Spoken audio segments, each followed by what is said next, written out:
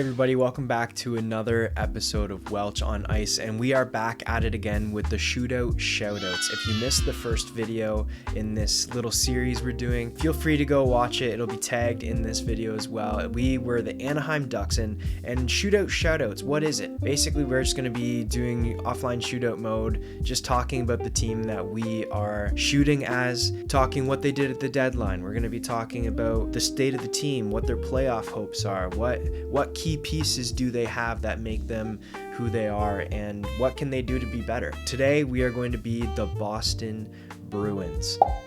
So, are you ready? Are you ready, kids?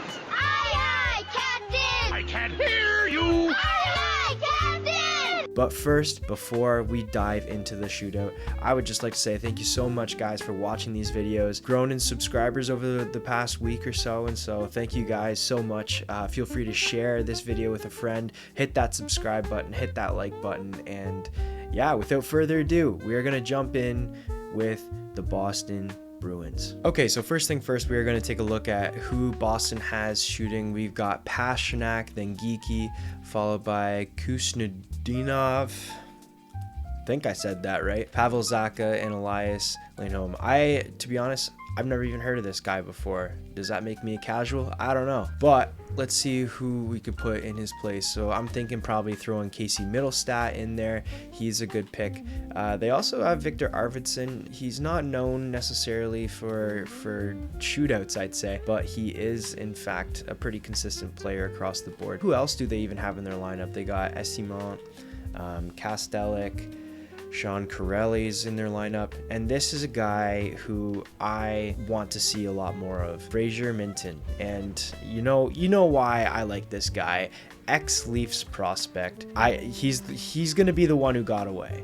In my opinion, he is gonna be another Boston acquisition that got away. We think back, Leafs fans, to that Tuukka Rask trade. At that time, he was just another prospect like Fraser Minten, but he turned out to be a Stanley Cup winner. For a second, I was like, did he win a Stanley Cup? Because I'm pretty sure he did. He did as the backup. Tim Thomas was the main guy, but he also made it to the Stanley Cup Finals twice more after that, but lost to Chicago and then lost to St. Louis. But Tuukka Rask is old news, and Fraser Minten is the new news for Boston. The other night, I saw he was their first line center. I'm pretty sure the lines changed as the game went on, and that wasn't the case at the end of the game, but he was still there. So I think I might throw him in the lineup just for fun. You know, Boston is one of those teams that didn't really do too much at the trade deadline. They did make trades, however, there was no blockbuster trades with them, no really new names adding. Wow, Swayman just rocked whoever Carolina's shooter just was. Boston didn't really make a whole lot of moves. They pretty much just got some prospects in, some AHL players, a couple draft picks here and there. Nothing too crazy, nothing definitely affecting their overall lineup. And honestly, if you're a Boston fan, I wouldn't be too worried. I don't think you really needed to do too much at this trade deadline. You've got a team that's, I would say, surprisingly doing well. I don't think that they're a team who's going to win a Stanley Cup this year. It'll be close to whether they make the playoffs or not, but I don't think this is a year where you go all in and you try to, sell all your picks to try to win the cup. So I really don't think that was something that we had to do or that they had to do in Boston. But I do think that what they've got going is pretty good, and they're heading in the right direction. Even you look at Swayman, last year was definitely an off year for him, and trading away Marchand last year, it seemed like, oh my goodness, what's Boston's future going to look like? But I think this year they had a pretty decent bounce back season. I think they'll make the playoffs this year. I really do. I also believe that they're not necessarily going to go far. Who knows? They could totally prove me wrong. You got guys like Morgan Geeky, Casey Middlestat, Victor Arvidsson. Like, they've got good depth. So Arvidsson, he'd be a good like penalty kill guy, I'd say. Arvidsson, he's got 18 goals and 21 assists for 39 points on the season. So, I mean, that's not too bad. A guy who's been shockingly good this year, and I don't think any of us expected it, is Morgan Geekie. If you are a Bruins fan, you are most likely very grateful for Morgan Geekie, especially the start of the season. He's kind of slowed down a little bit as the season's gone on. He was the leading goal scorer for quite some time. He's still up there. He's got 34 goals. So, I mean, I feel like not many players are scoring, like guys who should be scoring. Like even Pasternak, for example, like he's got only 26 goals, and he's a 50 goal scorer on a regular or a semi-regular basis. And so Austin Matthews, I know he's hurt now, but he's got 26 goals as well. And you know, you look at other guys like Braden Point, he's having an off year too. And so it's a really cool time for guys like Morgan Geekie and other players around the league who it's a good year for them to make a name for themselves. Charlie McAvoy, he, in my opinion, I think he's going to be the next captain of the Boston Bruins. I really do believe that. He's a guy who he puts his all into every game he plays, and let's be real, the man leads with his face. He is a human wrecking ball. He just can't catch a break, the poor guy. I kind of feel bad for him. It's funny seeing, like, I'm pretty sure his jaw is a completely different shape now than it was at the start of his career. It's quite, it's funny to look at, not gonna lie. No offense, Charlie McAvoy. I don't care that you broke your elbow. He's definitely going to be the catalyst leading this team forward. If you're Boston, I would want to hold on to him for a long time. I'm pretty sure he's on a pretty extended deal now anyways. Yeah, so McAvoy has an 8-year, $76 million contract that will run through the 2029-2030 season. So Boston has him for at least another 4 seasons. But also looking to the back end of Boston, you got the leader in league penalty minutes, Nikita Zadorov. This man is a unit. I saw a clip the other day of him chirping Brady to Chuck, and it honestly made me laugh so hard. That was actually a pretty decent goal. I don't normally score goals like that. That's shocking. But anyway, Zadorov just chirping Brady to Chuck.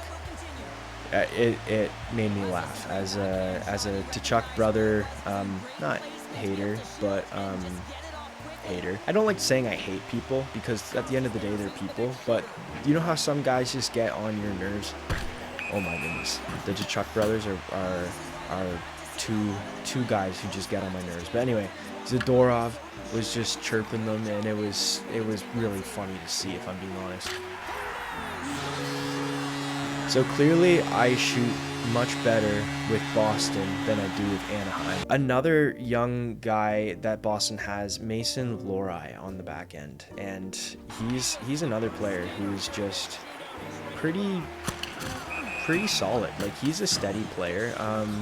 I will say I do think he gets, at least in the playoff series where I first heard of him against Toronto a few years ago, he took a lot of penalties in that series. And so I will say that there is a level of discipline that I think needs to be learned with him. Although I'm looking at his season stats now, and he only has 18 penalty minutes this season, so that's nothing compared to Zadorov's 134.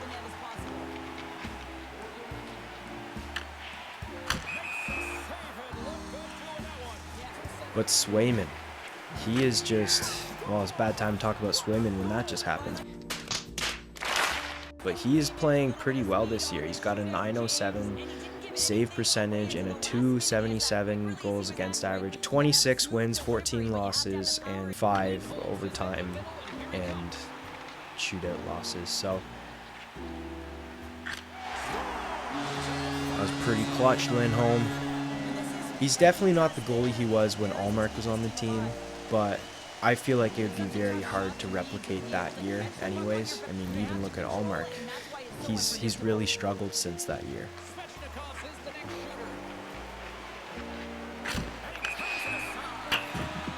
But like I was saying earlier, I feel like Boston is one of those teams that doesn't really need to do a whole lot right now because 1, they've got star power in Pasternak. 2, they've got a great goalie in Swayman.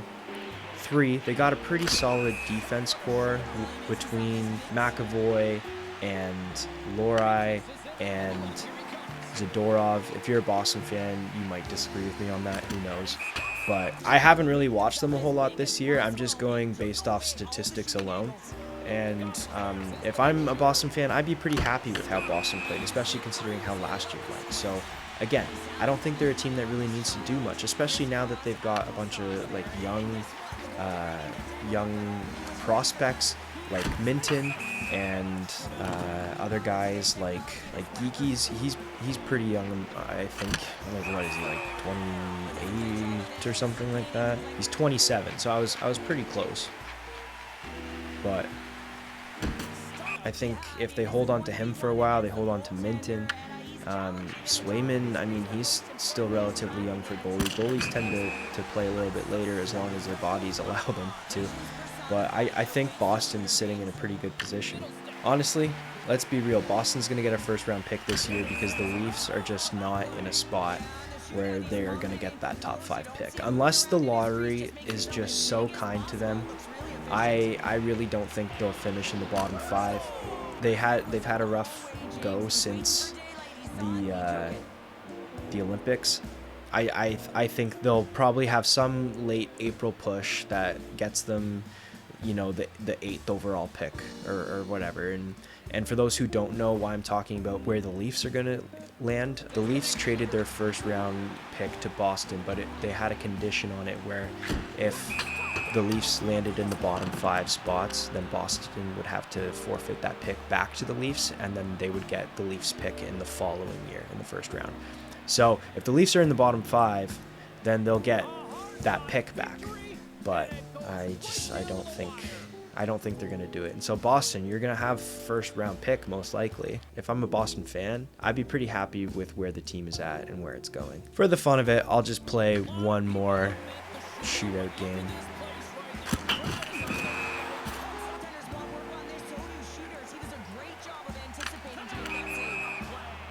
Didn't. I wanted to do that backhand toe drag flip, but could not make it work. I came in on the wrong side. Oh, Aho with an ice burner. I'm assuming anyway. It looked like it went just straight 5-hole. Yep, look at that. Let her rip, bud.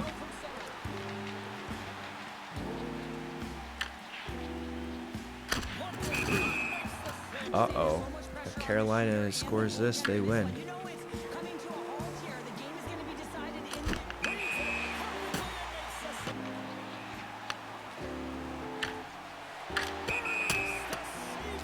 You know, sometimes you try to do too much in a shootout, and less is more. This has been another episode of Shootout Shoutouts with the Boston Bruins. Let me know what you think about today's thoughts. Do you agree with me? Do you disagree with me? Do you have your own hot take for Boston? Let me know in the comments. I wanna hear your thoughts. Hit that subscribe button if you haven't already, and we will see you in the next episode for the Buffalo Sabres. Thanks for watching. Peace.